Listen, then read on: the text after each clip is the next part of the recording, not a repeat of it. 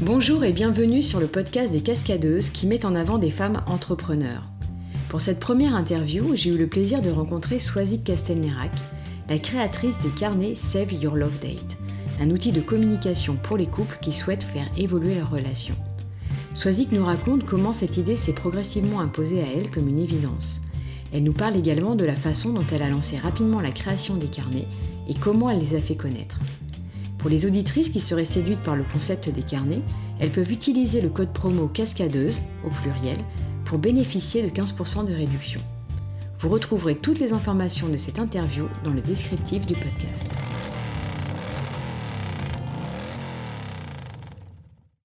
Bonjour Swazik et bienvenue sur le podcast des Cascadeuses.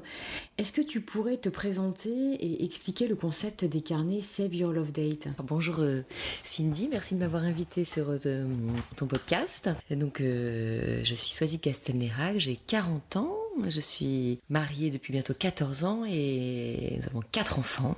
Voilà, donc j'ai fait des études de droit.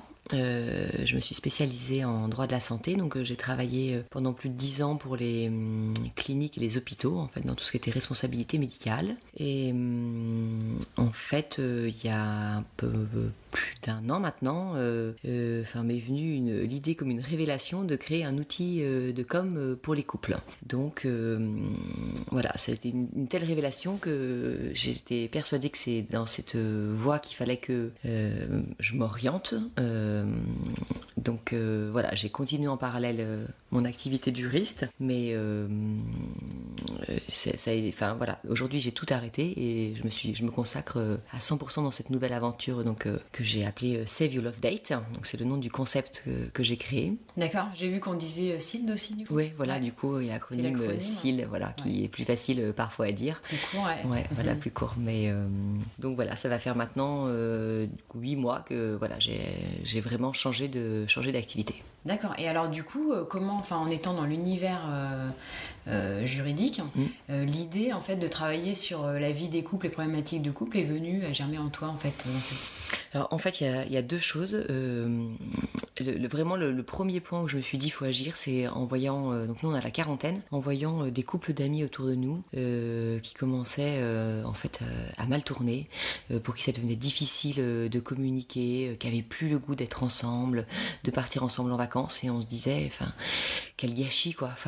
Ils avaient tout pour être bien, et puis en fait ils ont laissé le temps passer, ils ont laissé le quotidien un peu les envahir, et aujourd'hui ils sont empêtrés là-dedans, ils ont du mal à s'en sortir. Et vraiment, c'était un constat assez fort.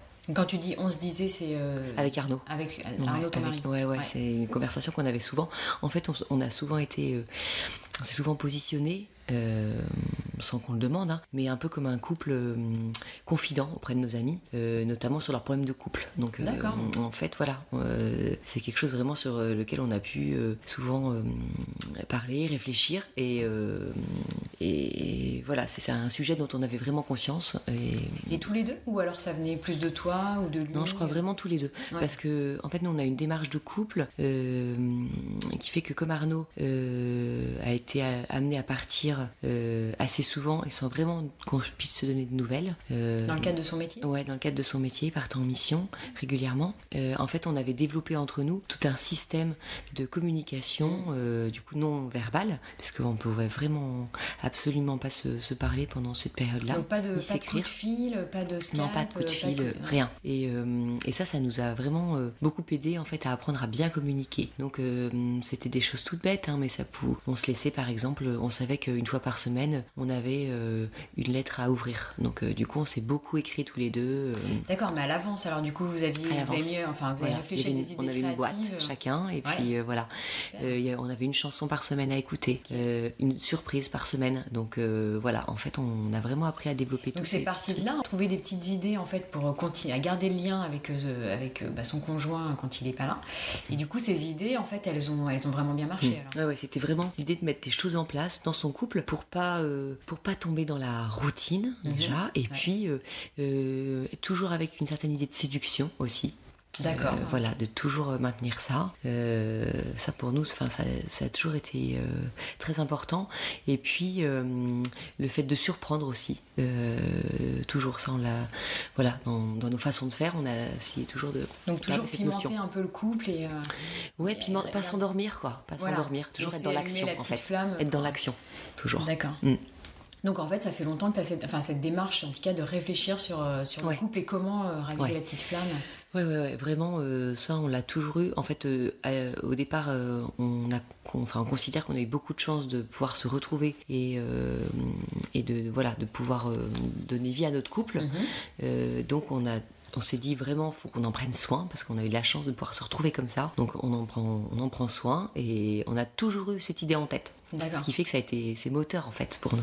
Et oui, et pour les autres du coup. Et pour les autres parce que et puis on en parlait facilement. Enfin, on en parle facilement de nos idées, des choses qu'on met en place. On aime bien parler de ça. Donc évidemment, ça suscite toujours des interrogations chez les autres couples et voilà, la discussion elle vient et c'est toute cette réflexion qui a abouti à cette idée de carnet de com pour les couples. En fait, il y avait déjà plusieurs amis qui m'avaient dit vous devriez écrire un livre pour le couple et je voulais pas. J'avais un peu peur de me poser trop en donneuse de leçons, ce qui peut être mon défaut. Et en fait, quand j'ai eu cette idée de me dire mais non, en fait il faut que je leur fasse quelque chose de très pratique, leur donner un outil. En fait, ces vues de leur tête, ça se présente c'est un peu 12 rendez-vous en tête à tête que le couple se donne. Donc 12 rendez-vous, 12 thèmes, donc qui reprennent les thèmes fondamentaux de la vie à deux. Et ce rendez-vous est présenté sous forme de questions, ce qui fait que c'est vraiment un outil, chacun répond à ses questions avant le rendez-vous, se retrouve à une date fixée, vraiment dans des conditions sympas, donc petite soirée, ils mettent la petite musique, les bougies, la bonne bouteille, ils se préparent, vraiment une idée de séduction, comme je disais, et puis ils débriefent de leurs réponses. Donc en fait, l'outil, il intervient vraiment comme un tiers extérieur, mais sans essayer de diriger en fait leurs envies, leurs pensées, les guider en fait par ces questions, mais les réponses, elles leur appartiennent complètement. D'accord.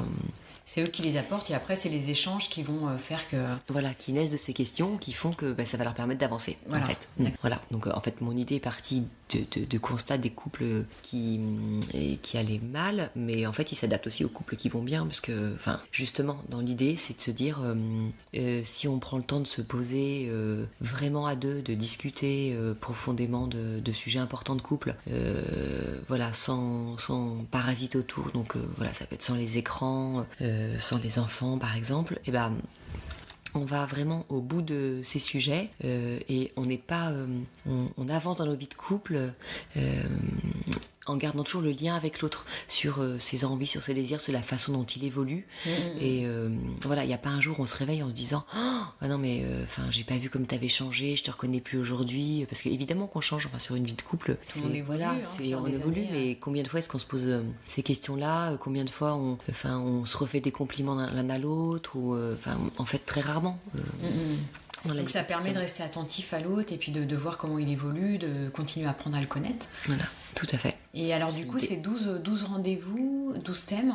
Et quel genre de thème alors c'est vraiment les fondamentaux de la vie de couple. Donc on va revenir un peu sur la rencontre pour revenir un peu à la base du couple. Qu'est-ce qui a fait qu'un jour puis réactiver les souvenirs aussi. Exactement. Ouais, c'est important. Voir d'où on vient en fait, d'où vient le couple. Et puis après on va plus aller sur se définir soi, donc réfléchir sur soi, sur ses qualités, ses défauts, ses forces, ses faiblesses, là où on a dans notre parcours de vie, là où les actions qu'on a menées à bien et dont on est fier, celles où on a échoué, voilà, reparler de ça. Donc les siennes et puis ceux de son conjoint, avoir un œil jeter un œil là-dessus aussi, et puis sur celle de son couple. Donc ça c'est vraiment un super partage à avoir, les forces de son couple, où est-ce qu'on veut emmener son couple, qu'est-ce qu'on a réussi à deux, donc aussi bien ce qu'on a réussi et là on a échoué pour en tirer. Oui, c'est bien d'identifier et bien puis sûr. de en tirer des leçons. Donc ça c'est une part assez importante. Après on va parler d'argent, on va parler de sexualité, on va parler de la vie quotidienne, et puis sur la fin on va plus aller sur les projets d'avenir, voilà, dans les mois et dans les années à venir, où est-ce qu'on veut aller, qu'est-ce qui nous motive. C'est toujours moteur d'avoir des projets pour un couple, donc voilà. Et puis j'imagine que le parcours SILD aussi fait évoluer, en tout cas changer un couple. Du coup, l'avenir, il peut le redéfinir ou en tout cas réécrire un peu les choses. Oui, c'est un chapitre qui arrive en fin d'aventure SILD, donc on voit...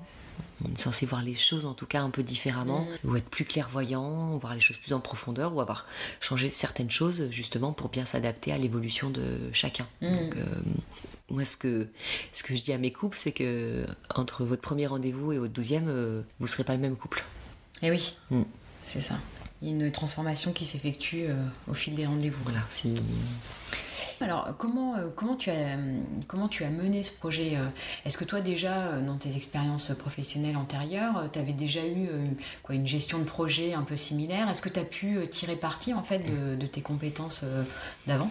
Ouais, alors en fait, j'ai été salariée en clinique pendant une dizaine d'années. Et puis, donc...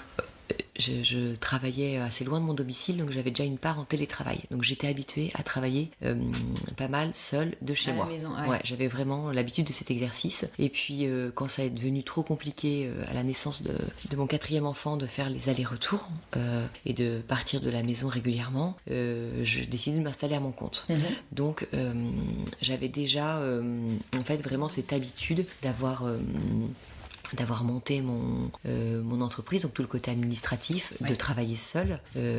Voilà, tous ces rouages, je les connaissais. Donc quand je me suis lancée en fait dans SILD, tout ça, ça n'a pas vraiment été des questions parce que je connaissais la machine.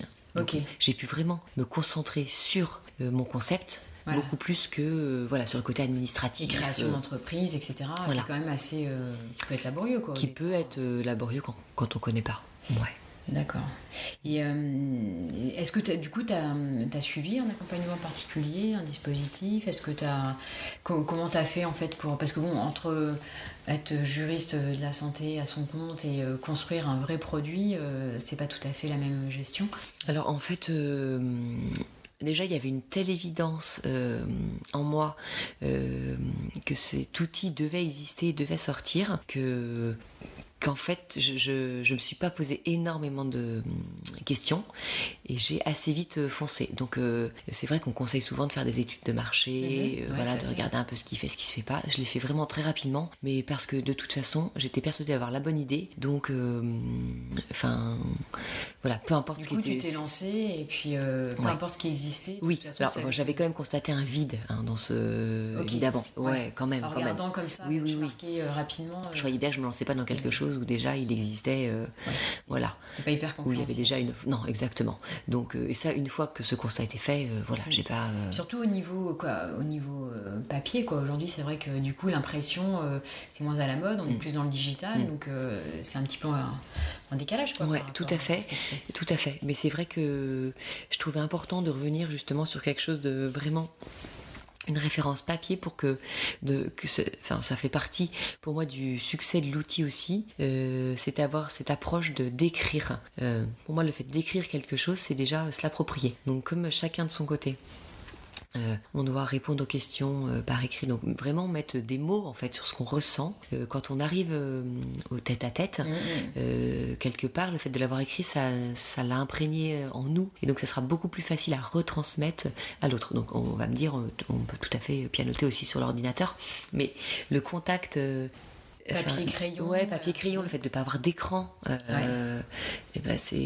Pour moi, c'était important de remettre ça au cœur. Et c'est très bien accueilli. Donc en fait, les gens se rendent compte qu'ils sont contents de revenir à ce format papier. C'est vrai qu'aujourd'hui, on n'a plus trop l'occasion d'écrire, prendre un stylo, de moins en moins, quoi. Mais en fait, on se rend compte que, vraiment, les gens, ils sont contents de le faire. Bon, alors on a créé un bel outil, quelque chose de beau, justement, parce il y avait cette idée de devoir... attirer chacun à aller écrire dans ce carnet, se dire oui, tiens, j'ai envie de le prendre, aller écrire dedans. Donc on a pris du beau papier, on a fait des belles illustrations, voilà. Donc un bel objet, exactement, et qui est pas très grand non plus, on peut mettre un peu partout dans un sac. Oui, il y a un côté pratique avec soi, quoi.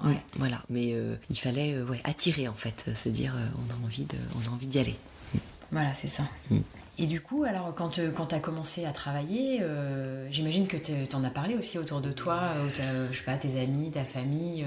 Comment le projet a été accueilli? Alors, en fait, j'ai eu, dans notre couple, on a une bonne étoile, donc voilà, qui nous suit depuis très longtemps. Donc, une fois que, en fait, je lui ai présenté ce projet et qu'il l'a validé, à partir de là, j'en ai parlé autour de moi, mais si cette personne l'avait validé, je pouvais foncer. D'accord, donc une personne importante pour vous. Ouais, qui nous connaît bien, qui nous a aidé à évoluer en couple. Il a dit, vas-y, c'est pour toi ce projet, donc vas-y. Et je crois que rien pouvait m'arrêter. Enfin bon, c'était Arnaud évidemment, il fallait qu'il fasse partie prenante du projet. Mais, et lui alors, comment il a réagi? Ouais, de suite, il a dit mais évidemment, bien sûr, super idée. Ça lui a semblé presque naturel finalement. Ouais, complètement. Ouais, complètement, parce que c'est des exercices qu'on avait l'habitude nous de faire, donc on s'est dit si ça marche pour nous, ça va marcher pour d'autres évidemment. Donc, surtout si on y croit sincèrement. Oui. Ouais. Donc lui, il a été vraiment soutien dès le départ. Et après, j'en ai pas parlé beaucoup en fait autour de moi, parce que plus on en parle, plus on a d'avis différents, plus je pense on peut se noyer, se mettre à douter. Alors si on est sûr de soi, voilà, j'en ai parlé vraiment à un cercle très restreint d'amis, un petit peu la famille, mais en fait j'en ai parlé davantage quand le projet a été construit et que je savais que de toute façon je reculerais pas. Non, on ne pourrait pas revenir en arrière. Et j'ai lancé l'idée, je l'ai eue en octobre-novembre. J'ai lancé mon premier mail réseau le 14 février. C'était un peu symbolique. De quelle année alors du coup? Et 14 février 2018. Voilà, donc ça va faire 1 an. J'ai lancé là mon premier mail réseau et là effectivement je pouvais plus reculer. C'est là aussi du coup je me suis confrontée aux avis extérieurs et dans l'ensemble évidemment ça a été très bien accueilli. Quand je pouvais avoir des remarques plus négatives, en fait, dans le fond, c'était plus des gens qui cherchaient à m'alerter, à me faire poser des questions que je m'étais pas posées, pour mieux me positionner, constructif en fait. Oui, t'as pas eu de frein non, dans ce projet. Non, vraiment non, super soutien, vraiment des encouragements. Et c'était important pour toi de solliciter ton réseau, tes amis, ta famille, les amis d'amis, j'imagine. Voilà, c'est ça, exactement. Le réseau, premier cercle, la famille, les amis, tout ce qui a été aussi entourage professionnel, voilà, les relations que j'avais pu nouer au fur et à mesure de mes années d'exercice.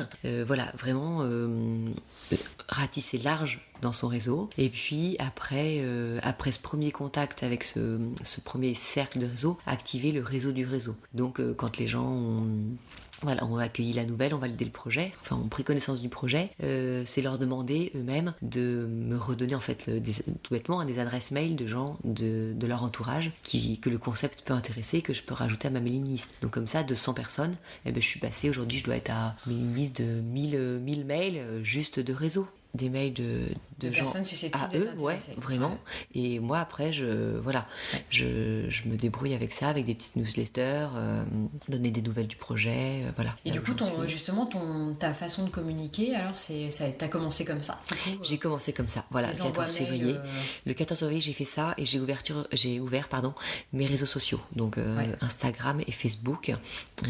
J'ai commencé en même temps, donc je savais que je m'étais fixé une deadline. J'avais fixé la date à laquelle je voulais sortir les carnets, donc c'était le 17 juin. Pourquoi cette date-là? 17 juin, en fait, c'est notre date avec Arnaud, on s'est échangé notre premier baiser. D'accord, donc voilà. Très symbolique. Ouais, très symbolique. Et voilà, je voulais pas déroger de cette date. Pour moi, il y avait une vraie symbolique derrière. Quelque part, je me dis une date qui va me porter chance. Ouais. Et en 14 février, donc ça fait à peu près 5 mois avant, je lance les réseaux. Je lance les newsletters, je commence. Et ce qui fait qu'en fait, j'ai pu faire un peu, entre guillemets, monter la sauce. Parce que j'ai pas dès le départ, j'ai parlé de l'idée, mais j'ai pas présenté, concrètement le projet. Il y a des choses, je suis restée un peu floue sur les réseaux sociaux notamment. Et en fait, pour essayer de faire monter l'impatience. Un petit teasing. Ouais, exactement. Et ça a assez bien marché parce que je me souviens plus exactement, mais quand j'ai lancé vraiment le produit au mois de juin, j'avais pas une communauté énorme, mais pour quelqu'un, enfin moi je partais de rien, j'étais pas du tout réseaux sociaux, voilà, j'avais aucune collab avec une influenceuse ou quoi que ce soit, donc c'était juste vraiment par moi-même, voilà. Et du coup, le carnet était attendu. Et le carnet était attendu. À ce moment-là. Voilà, le carnet était attendu. Et donc tu t'es donné, grosso modo, 5 mois pour concevoir les carnets entre le moment où tu as annoncé le concept ou tu avais déjà commencé? Non, j'avais déjà commencé. Quand le 14 février, voilà, j'avais déjà tous mes thèmes, j'avais vraiment travaillé sur chaque thème, certains étaient prêts. Voilà, j'ai travaillé avec une illustratrice, donc on avait déjà créé le couple Louise et Marcel, les dessins, on avait bien avancé. Non, c'était quand même déjà lancé. Mais c'est vrai que ça a été finalement assez vite. Et juste à concrétiser en fait le concept, tu l'avais déjà intellectualisé. Oui. Mais par contre, j'y ai passé pendant 6 à 8 mois. Et oui, parce qu'il est assez fourni le carnet, il y a pas mal de pages. Oui, c'est très complet. Enfin, en tout cas, moi, c'est ce que je dis et c'est les retours que j'en ai. Vraiment. Oui, tu as essayé de brasser déjà tous les thèmes et puis de bien creuser les questions. Exactement. J'avais pas de deadline, ok, mais c'est pas pour ça que je voulais mal faire les choses non plus. Donc, en fait, moi, je travaille beaucoup comme ça, un peu pas dans l'urgence, mais quelque part, si d'avoir ces dates-là, et ben c'était très moteur pour moi. Jamais je me suis endormie du coup. Enfin, je me disais pas, oh là, cette semaine, j'ai un peu la flemme, je suis cool quoi. Non, il fallait y aller. Donc je suis tout le temps restée dans une dynamique. Et ça, je pense que c'est très important quand on monte son projet. Puis, alors j'imagine que quand on a une conviction aussi forte, on a envie de se lever le matin et tout de suite d'avancer sur le projet pour le voir se concrétiser. On veut pas se coucher le soir, mais on veut se lever le matin.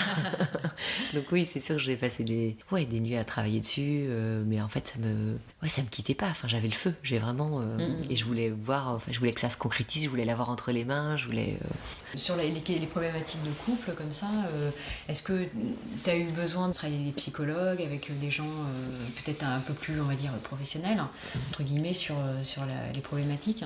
Oui, alors ça évidemment, autant je me suis pas associée, je me suis lancée toute seule parce que comme je l'avais déjà fait en fait précédemment, je savais ce que c'était et voilà, je me sentais tout à fait capable. Mais par contre, j'ai une équipe autour de moi, donc effectivement une psychologue qui est spécialisée dans les thérapies de couple. Donc voilà, on relisait avec elle toutes les questions, on les remaniait. Par exemple, c'est pour l'anecdote, j'avais tendance à poser des questions parfois trop fermées. Donc elle me disait, ils vont répondre oui non, puis ils vont pas chercher à aller plus loin, ça va bien les arranger. Donc surtout pas poser la question comme ça. Donc une question elle m'a ouverte, bien aidé là-dessus. Développer Exactement. La réponse et en dire un peu plus quand même. Et sortir tout l'intérêt du concept du coup, de pouvoir parler, discuter, tout ce qui était le ressenti aussi, elle m'a bien aidé à ce que ça puisse émerger des questions, du parcours, voilà, tout le ressenti de chacun sur ce qu'il pouvait exprimer au fur et à mesure. Moi j'avais fait de la psychologie, j'ai commencé mes études par faire de la psychologie, donc j'avais cette notion en fait déjà,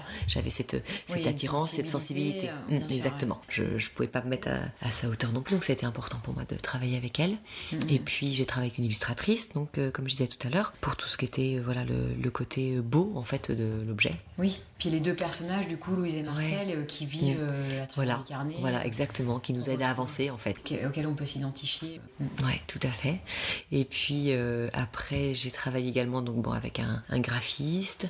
Pour la com, c'était quand même pas trop mon domaine, donc j'y suis allée au départ un peu à l'instinct et avec ce que j'avais pu suivre de d'autres marques qui se sont lancées comme ça que par les réseaux sociaux. Quelle marque? Cézanne par exemple, j'avais pas mal suivi l'histoire de Morgane qui au départ c'est parti de rien et puis grâce aux réseaux sociaux en fait a fini vraiment par se faire connaître. Sa marque. Donc voilà, il y avait quelques personnes comme ça qui m'ont inspiré sur la façon de faire, mais j'avais quand même mes limites, donc je me suis entourée d'une chargée de com qui à la fois m'a aidé à créer le site internet et puis à bien communiquer, à toujours trouver les bons mots, ça c'était important aussi pour la réussite du concept. C'est pas le tout d'avoir une bonne idée, mais il faut aussi bien la lancer, bien communiquer autour et c'est important. Une équipe au taquet quoi, et c'était plus ou moins que des personnes que je connaissais. Donc des amis ou alors des amis d'amis ou... Voilà, amis ou amis d'amis, exactement. Du coup, coup, ça fait vraiment une équipe vraiment proche de toi. Ouais, proche de moi, bon conseil toujours, hyper avenante. Il y a des moments où je me suis sentie seule, face à des prises de décision, et ce qui est normal, hein, je me suis lancée, c'était mon projet, donc c'est normal de ressentir ça, mais j'avais toujours quelqu'un vers qui me tournait, que ce soit Arnaud au départ, ou quelqu'un de l'équipe, ou des amis très proches, si vraiment j'avais un doute, quelque chose, ouais, j'avais toujours quelqu'un... Ce qui est important aussi. Oui, c'est important quand même. Au moins d'être rassuré, même si toi, au fond, la réponse, tu la connais plus ou moins. Tu as aussi besoin d'être rassuré dans ta prise de décision et te dire, ok, bon, ça va, je suis sur la bonne voie. Oui, absolument. Tu t'es lancée seule, mais finalement, quand même bien entourée. Tu portes quand même la pression du projet, on va dire. Ouais. Et au quotidien, est-ce que c'est... comment tu le vis, du coup? Est-ce que tu trouves que c'est difficile, qu'il y a des freins, ou au contraire, pas du tout? Tu te sens toujours très portée par le projet? Alors, je suis toujours, 8 mois après, je suis toujours très portée par le projet. Il me suffit à chaque commande que je vois passer, ça vibre en moi à chaque fois encore. Hein. Ça fait 8 mois, je vais être à peu près à 1000 couples, déjà 1000 commandes, mais en fait, c'est toujours aussi intense à chaque fois qu'il y a une commande. Donc ça, évidemment, ça porte. Ce qui est plus difficile à gérer, c'est cet ascenseur émotionnel à chaque fois. On va avoir une bonne nouvelle, on a réussi à prendre contact avec un journaliste qui nous répond, qui dit oui, votre idée m'intéresse, envoyez-moi vos carnets. Donc on se dit super, je vais décrocher un article, on lui envoie les carnets, on essaye de le relancer, puis il nous répond pas, donc on se dit ça y est, il s'en fiche, j'ai loupé l'article, en plus j'ai envoyé un carnet, donc c'est idiot, mais on se dit mince. Et puis finalement 15 jours plus tard, il nous répond, il nous dit ah ben oui, si, je pense que je vais faire un article, donc on attend, on veille, ça c'est un exemple, mais travailler avec son équipe aussi, être sûr de bien communiquer avec eux, de pas les froisser dans sa façon de faire. Donc ça c'est pareil, c'est quelque chose qu'il faut gérer. Un ascenseur toujours émotionnel entre les bonnes nouvelles et puis les choses, je dirais pas moins bonnes nouvelles, parce que c'est vrai que les attentes, des attentes. Mon premier jour, je me souviens, sans commande, où j'ai pas eu de commande, donc c'est arrivé assez tard. Et j'étais au fond du seau. Je me dis mais mince, alors je me dis tiens, le site internet marche plus, donc j'ai appelé ma web designer, dont tout marchait bien. Bon, bonne et mauvaise nouvelle, hein, parce que du coup ça venait pas de là. Et se dire je peux avoir une journée sans commande. Et ce qu'il faut apprendre à faire, c'est que en fait ça ne joue pas sur son moral, qu'en fait la journée elle soit bonne quand même, et que le mari, les enfants le ressentent pas. Ça n'a pas été évident. Maintenant ça y est, je sais prendre plus de recul. Puis on va dire que tu t'habitues aussi peut-être à ce rythme qui est quand même nouveau quand tu lances ton... Oui, puis j'apprends à avoir moins d'attentes aussi. C'est vrai qu'au départ, les articles, il y a eu 2 articles de grosse presse qui sont sortis, et là effectivement il y a eu un gros boost des ventes, donc super, on est au taquet. Et ce qui fait qu'après, à chaque article qui allait paraître, je m'attendais à la même chose, mais en fonction de la diffusion du magazine qui fait l'article, son audience, t'as pas forcément l'effet n'est pas le même. Donc plusieurs fois je me suis dit aujourd'hui ça va être au taquet. Aujourd'hui, c'était pas au taquet. Donc petite déception et morale un petit peu exactement. Entamée. Donc ça, il faut vraiment apprendre à le gérer pour pas que c'est d'impact en fait sur eux. Et oui. Ça peut, effectivement, évidemment que je partageais ça avec Arnaud, et puis les enfants, ils sont à fond dans le projet. Donc tous les soirs, maman, en rentrant de l'école, combien est-ce que t'as eu de commandes aujourd'hui? Oui. Ils le vivent à fond. Donc j'en ai pas eu. Ah bon? Alors, qu'est-ce qui se passe et tout. Donc voilà. Et eux, ils t'encouragent dans ces moments-là? Ouais, ils sont à fond. Petite anecdote, une journée où j'en avais, c'était un samedi, donc Arnaud était pas là, était parti en mission, on était tous les 5, et donc j'avais eu 4 commandes dans la journée, ce qui était sympa, et je pense j'en voulais une 5e, et en fait on attendait notre repas, donc on s'est tous mis autour du téléphone, et on s'est dit, j'aurais dit allez, on va tous envoyer des bonnes ondes, donc on le fait, mais vraiment un petit truc rigolo. Et en fait j'essaye de leur apprendre à mes enfants que tout ce qui passe par la tête peut agir après dans la vie, donc je leur ai dit vous allez voir, on va envoyer des bonnes ondes pour avoir la commande, ça va marcher. Ça va se concrétiser. Bon, c'était quand même très risqué. Ça ne coûte rien. J'y croyais. Et donc là, donc on fait ça. Mon téléphone sonne, donc je réponds. Pendant que j'appelle, j'entends le gling. Je dis j'ai eu un mail. Donc hop, je raccroche, on regarde, et la commande. Ouais. Et là on était bluffés. Donc carrément. Donc voilà, c'est pour. Du coup ça marche quoi. Ouais, ça marche. Et puis les enfants, ils sont au taquet. Donc voilà, enfin tout ça pour dire qu'il a fallu quand même que j'apprenne à prendre du recul pour pas que même si eux ils sont partie prenante de l'aventure, ça influe sur notre vie de famille, sur mon humeur, sur voilà, enfin j'ai pas de commande aujourd'hui, c'est pas grave, j'en aurai peut-être le double demain. Et puis en plus, c'est pas ce que j'en attends non plus d'avoir, j'attends pas le succès quelque part, je suis contente de ce que j'ai fait, je suis contente de l'outil que j'ai créé, j'y crois, j'ai des très bons retours, donc je me nourris de ça. Après, si je le vends pas à 15 000 exemplaires en soi, je cherche pas à faire du business. Oui, donc là tu as pris du recul par rapport à ça. Complètement. Et justement pour gérer l'émotionnel, est-ce que tu as des petites astuces, est-ce que tu fais du sport, est-ce que tu as réussi à mettre en place une sorte de système en fait qui va justement t'apaiser quand on a besoin ou te booster aussi quand c'est nécessaire? Oui, alors le sport évidemment, ça c'est quasiment dans le quotidien. Qu'est-ce que tu fais du coup comme sport? Alors je cours pas mal, du paddle, aussi tout ce qui est sport nautique, du kite.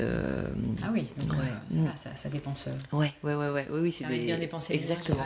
Et puis de la danse aussi. Donc voilà, c'est assez varié, mais voilà, ce temps de sport. Oui, donc t'accordes du temps, pas mal de temps quand même. Et puis en fait, ce temps de sport dans ma journée, en fait je le fais, je me l'accorde quand les enfants sont à l'école, Arnaud au travail. Il me permet aussi de rythmer ma journée. Donc je sais que à 11h30 je vais partir pour 1 heure de sport. Donc en fait dans mon timing j'ai cette heure à laquelle je vais m'arrêter de travailler. Donc en fait d'avoir ce créneau horaire pour travailler, ça me motive, vraiment ça me motive. Quand j'ai la journée entière, je suis moins efficace. Voilà, tu vas plus diluer peut-être tes actions. Oui, je me dis j'ai le temps, donc voilà, je peux aller faire un petit tour sur ce site internet, c'est pas grave, j'ai ma journée. Et en fait quand j'ai que 2 heures pour fournir un papier, un article, quand j'ai quelque chose de précis à faire, et ben voilà. Tu vas droit au but, et comme ça tu sais que tu as ton sport derrière, c'est la récompense, exactement. ça fait du bien. Tout à fait. Et justement le fait de faire du sport aussi, alors pour certains c'est un retour sur soi, un moment de méditation. Est-ce que toi ça t'est utile pour trouver des idées, être inspiré? J'ai eu plein d'idées en revenant de footing, souvent j'ouvrais mon carnet et j'écrivais tout. Et puis j'écoute des podcasts en faisant du sport aussi, et c'est une super source d'inspiration. Donc effectivement quand je rentre de cette séance d'1 heure, et voilà, je me suis nourrie, j'ai nourri à la fois mon corps et puis ma tête, et voilà, je reviens souvent avec plein d'idées en fonction de ce que j'ai écouté. Mais et du coup alors qu'est-ce que tu écoutes comme type de podcast? Alors souvent quand même ça tourne autour du même thème, c'est les podcasts qui sont liés à l'entrepreneuriat, donc aussi bien des personnes qui se sont lancées, dont la marque est moins connue que des plus gros businessmen ou businesswomen qui aujourd'hui ont vraiment réussi, ont une marque connue et qui expliquent un peu la genèse de leur projet. Donc il y a Génération XX, Le Gratin avec Pauline Léniaud, j'aime beaucoup, un peu différent, La Poudre, j'aime bien la façon dont elle mène les discussions, Génération Do It Yourself, donc là pour le coup c'est fait par un homme, et c'est plus pointu au niveau business, donc parfois je comprends rien, je l'avoue, mais ça a pu me donner des idées, des façons de faire, parfois ça fait un peu peur aussi, parce qu'on se dit oh là là, mais moi je serais incapable de mettre ça en place, mais c'est toujours très inspirant et vraiment c'est un super outil quand on se lance.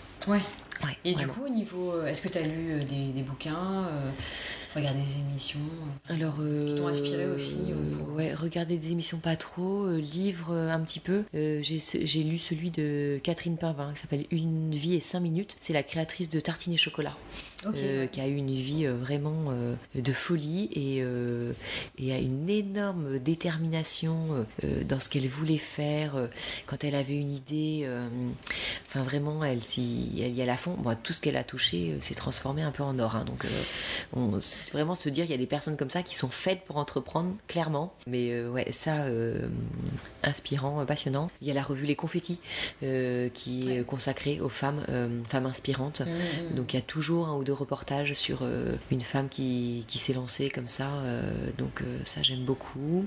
On a l'impression quand même que entreprendre c'est à la portée de tout le monde. Je sais pas si ça l'est vraiment, mais en tout cas, on peut le faire, quoi. On peut le faire, c'est accessible. C'est accessible. Après, est-ce que tout le monde peut le faire? C'est aussi une personnalité, c'est un état d'esprit, etc. Donc après, c'est comme le piano, on a plus ou moins une inclination. Oui, voilà, exactement. Je pense qu'il faut quand même être quelque part armé pour se lancer. Il faut avoir une vraie volonté, il faut avoir un vrai projet. Alors parfois, moi, ce que j'entends, c'est en fait des personnes qui disent j'ai envie de monter ma boîte, je sais pas quelle idée, je sais que j'ai envie de monter ma boîte, donc je cherche une idée. Je trouve ça un peu dangereux, cette façon de faire, parce que je pense que la motivation première, elle doit être dans le projet auquel on croit et se dire j'ai cette idée, je veux développer ça, donc je vais m'installer, je vais monter, je vais créer ma boîte. Voilà, de se dire là-dessus, j'ai constaté qu'il y avait, il y a un vide. Je pense que moi j'ai les compétences pour me lancer dans ce sujet-là et j'y vais. Et je trouve que le raisonnement inverse, j'ai envie de faire quelque chose, me lancer toute seule parce que j'ai vu un tel qui l'a fait et ça a l'air de bien marcher, donc je cherche l'idée. Après, c'est vrai que l'entrepreneuriat attire beaucoup, quoi. Le style de vie.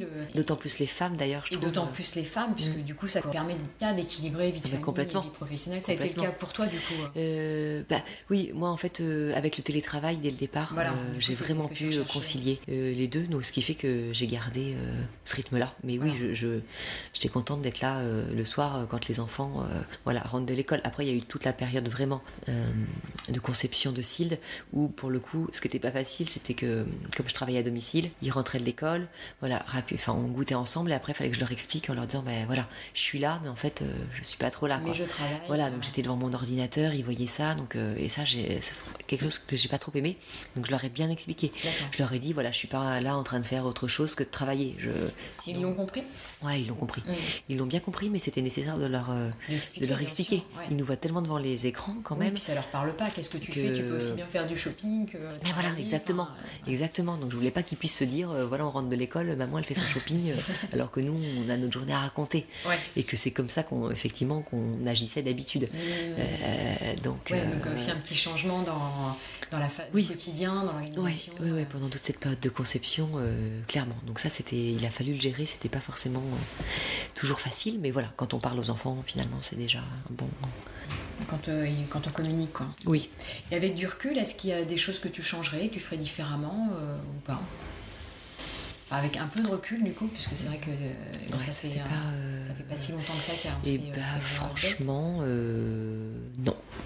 Non, déjà, moi c'est pas dans ma façon de penser que de regretter, de regarder en arrière. Donc je suis plutôt du style à foncer, à me dire là il y a eu un problème, je trouve la solution. Je m'empêtre pas dans les difficultés, ce qui fait qu'après je les retiens pas forcément, mes difficultés. C'est pas ce que je retiens quand je regarde en arrière. Non, 8 mois après, non, franchement, oui, il n'y a pas eu de. Je reprends les mêmes et je recommence. Difficultés ou d'erreurs de départ. Non, vraiment.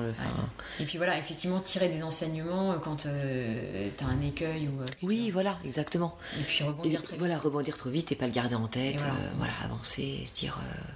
Mais non, je peux. Si le journaliste te recontacte pas, et tant pis, t'en contactes un autre. Tant pis pour lui, il est passé à côté du sujet qu'aurait pu faire monter au sommet. Il est passé à côté. C'est ça.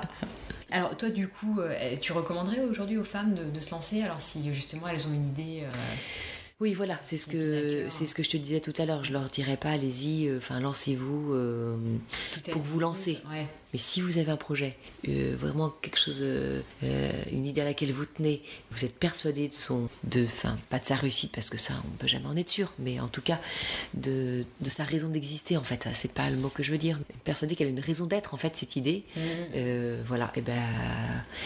Oui, allez-y, travaillez un peu le sujet avant, mais. Voilà, mais pour toi, effectivement, il faut vraiment avoir une conviction forte, et c'est ça qui va être le moteur de la création de ton projet. Il faut être sûr de son idée de base. Il faut être sûr de son idée, et il faut avoir confiance en soi aussi. Il faut parce qu'évidemment des embûches et des obstacles, il y en aura, des gens qui vous diront oh là, je suis pas sûr de ton idée là, peut-être ça vaut le coup de réfléchir encore, de changer d'idée, non, il faut être là-dessus, il faut être dans sa tête, il faut être fort, mais oui, il faut y aller, c'est top, c'est une super aventure à vivre.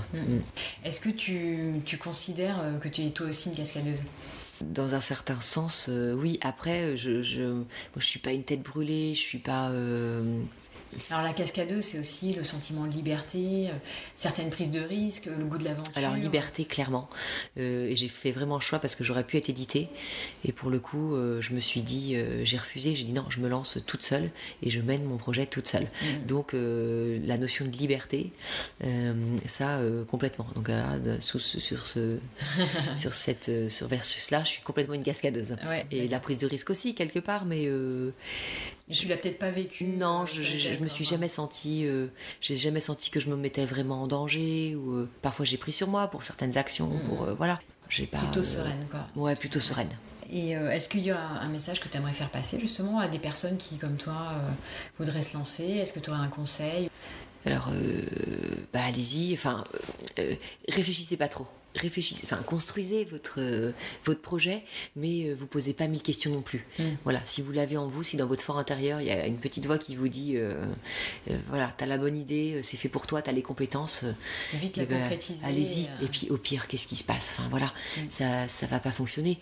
Moi, Sild, ça c'est bien parti, mais je sais pas dans 6 mois, je sais pas dans 1 an. Ça se trouve, voilà, il s'en vendra plus d'exemplaires et je ferai pas une nouvelle édition. Mais peu importe, j'aurais vécu ça, je serais allée au bout de mon idée. Voilà, j'en aurait tiré plein de bonnes choses, quoi qu'il en soit. Donc ce voilà. sera une belle aventure. Ouais, on n'est jamais sûr à 100% de sa réussite, c'est impossible. Mais c'est pas grave, on y va. Et si on échoue, on redémarre sur autre chose. Et de toute façon, il y a forcément des bonnes choses à en tirer. Donc pas trop se prendre la tête sur non plus.